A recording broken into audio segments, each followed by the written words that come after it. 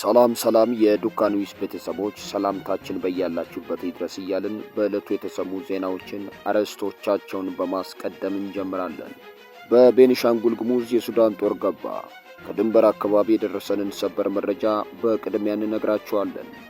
የአፍሪካ ህብረት ስብሰባ እስኪጠናቀቅ ድረስ በአዲስ አበባ ከተማ የሞተር ሳይክል ማሽከርከር ተከለከለ። የኢትዮጵያ ብሔራዊ ባንክ በውጭ ምንዛሪ አጠቃቀም ዙሪያ አዲስ ማሻሻያዎችን ይፋ አደረገ። ዝርዝር አለን። በመጨረሻም በካናዳ በአንድ ትምህርት ቤት ላይ ተፈጸመ የጅምላ ጥቃት መነጋገሪያ ሆኗል። እናደርሳችኋለን። ቻናላችንን ላይክ፣ ሰብስክራይብ እያደረጋችሁ አብራችሁን እንድትጸልቁ በትህትና ጋበዝን።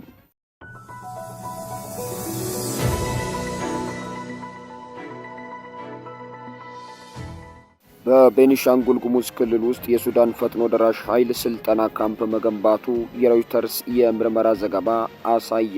የእርስ በርስ ጦርነት ውስጥ ከምትገኘው ሱዳን ጋር በሚጎራበተው ቤኒሻንጉል ጉሙዝ ክልል ውስጥ የአማጺው የሱዳን ፈጥኖ ደራሽ ኃይል የስልጠና ካምፕ መገንባቱን ከምንጮችና ከሳተላይት ምስሎች ማረጋገጡን የዜና ወኪሉ ሮይተርስ አስታወቀ።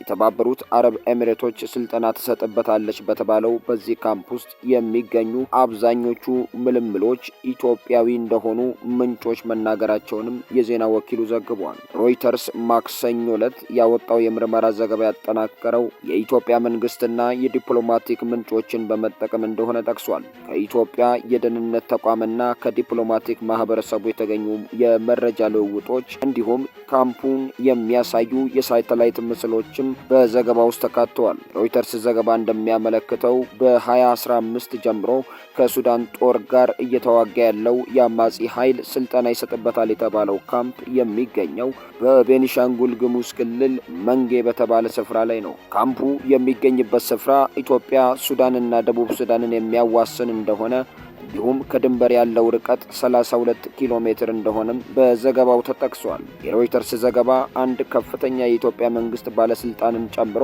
8 ምንጮችን የተባበሩት አረብ ኤሚሬት የሰፈሩን ግንባታ በገንዘብ እንደደገፈች እንዲሁም ለቦታው የወታደራዊ አሰልጣኞችንና የሎጂስቲክ ድጋፍ ማቅረቧን ገልጿል ይላል። ካለፈው ዓመት ሚያዝያ አንስቶ የደን ምንጠራ እንዲሁም የብረት ጣሪያ ያላቸው ህንጻዎች መገንባታቸውንም እንደተረዳ ዘገባው አመላክቷል። ጥቅምት ላይ ደግሞ ካምፕ ውስጥ ድንኳኖች መተከላቸው ተጠቅሷል።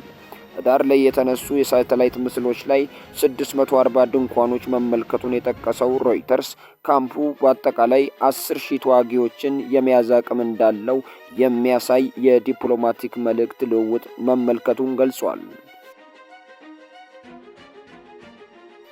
ሞተር ሳይክል ተከለከለ። የአፍሪካ ህብረት የመሪዎች ጉባኤ እስኪጠናቀቅ ድረስ በአዲስ አበባ ከተማ ሞተር ብስክሌት ማሽከርከር የተከለከለ መሆኑን የአዲስ አበባ ትራንስፖርት ቢሮ አስታውቋል። ከየካቲት 4 2018 ዓ.ም ከጠዋቱ 12 ሰዓት ጀምሮ እስከ ማክሰኞ የካቲት 10 2018 ዓ.ም እስከ 6 ሰዓት ድረስ ሞተር ብስክሌትን ማሽከርከር በፍጹም የተከለከለ መሆኑን ቢሮው ገልጿል። ክልከላው የጸጥታና በትራንስፖርት ዘርፍ የሚሰሩ ሞተር ሳይክል ተጠቃሚዎችን አያካትትም ተብሏል።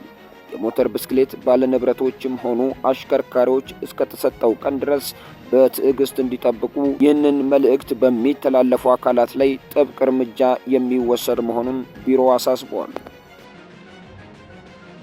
የኢትዮጵያ ብሔራዊ ባንክ በውጭ ምንዛሪ አጠቃቀም ዙሪያ አዲስ ማሻሻያዎችን ይፋ አደረገ። 19 ዋና ዋና የመመሪያ ለውጦችን የያዘው የብሔራዊ ባንክ ማሻሻያ ማንኛውም ነዋሪ ዜጋ ወደ ሀገር ይዞ የሚመጣውን የውጭ ምንዛሬ ያለ ጉምሩክ ሰነድ በባንኮች መመንዘር ወይም በሂሳቡ ማስቀመጥ እንደሚችል አስታውቋል። ባንኮች ለደንበኞቻቸው ለውጭ ሀገር ክፍያና ለኤሌክትሮኒክስ ግብይት የሚያገለግል ዓለም አቀፍ ካርድ እንዲያዘጋጁ ፍቃድ ተሰጥቷቸዋል ተብሏል። በሌላ በኩል የውጭ ምንዛሬ ቢሮዎች በእጃቸው የሚይዙት ጥሬ ገንዘብ መጠን ከካፒታላቸው 10 በመቶ ከነበረበት ወደ 25 በመቶ ከፍ እንዲል የተደረገ ሲሆን ለቪዛና ፓስፖርት እድሳት ምንዛሬ መሸጥ እንዲችሉ ፍቃድ አግኝተዋል።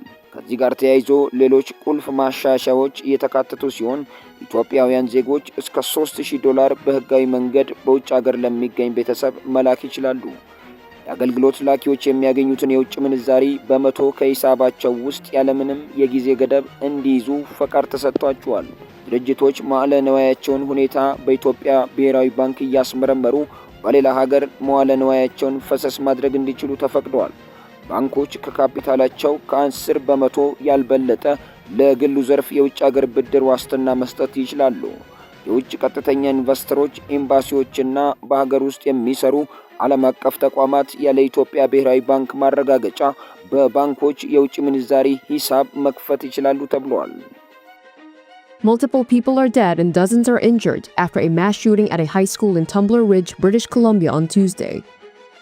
በካናዳ በትምህርት ቤት ላይ በተፈጸመ የጅምላ ጥቃት አጥቂውን ጨምሮ 10 ሰዎች ተገደሉ።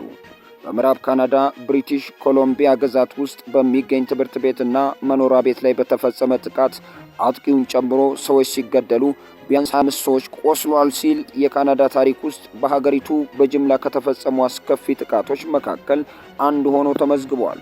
ፖሊስ ጥቃት አድራሹ ሕይወቱን ከማጥፋቱ በፊት 9 ሰዎችን ገድሏል ብሏል።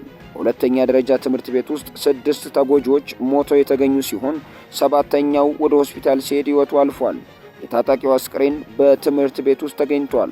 በአቅራቢያው በሚገኝ መኖሪያ ውስጥ 2 ተጨማሪ ሰዎች ሞተው ተገኝቷል ተብሏል። ፖሊስም ተጠርጣሪውን ለህብረተሰቡ በላከው መልእክት ቡናማ ጸጉር ያላት ቀሚስ የለበሰች ሴት ሲል ገልጿል።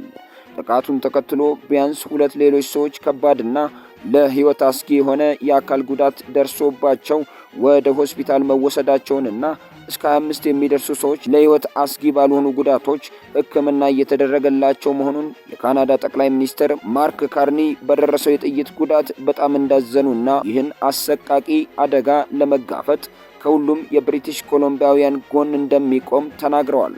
ጠቅላይ ሚኒስትሩ ሙኒክ የጸጥታ ኮንፈረንስ ሊያደርጉት የነበረውን የስብሰባ ጉዞ ሰርዘዋል። የቪክቶሪያ ፖሊስ ባወጣው መግለጫ በተፈጸመው አሰቃቂ የጅምላ ጥቃት በጣም አዝነናል ሲል መግለጫውን ሰጥቷል።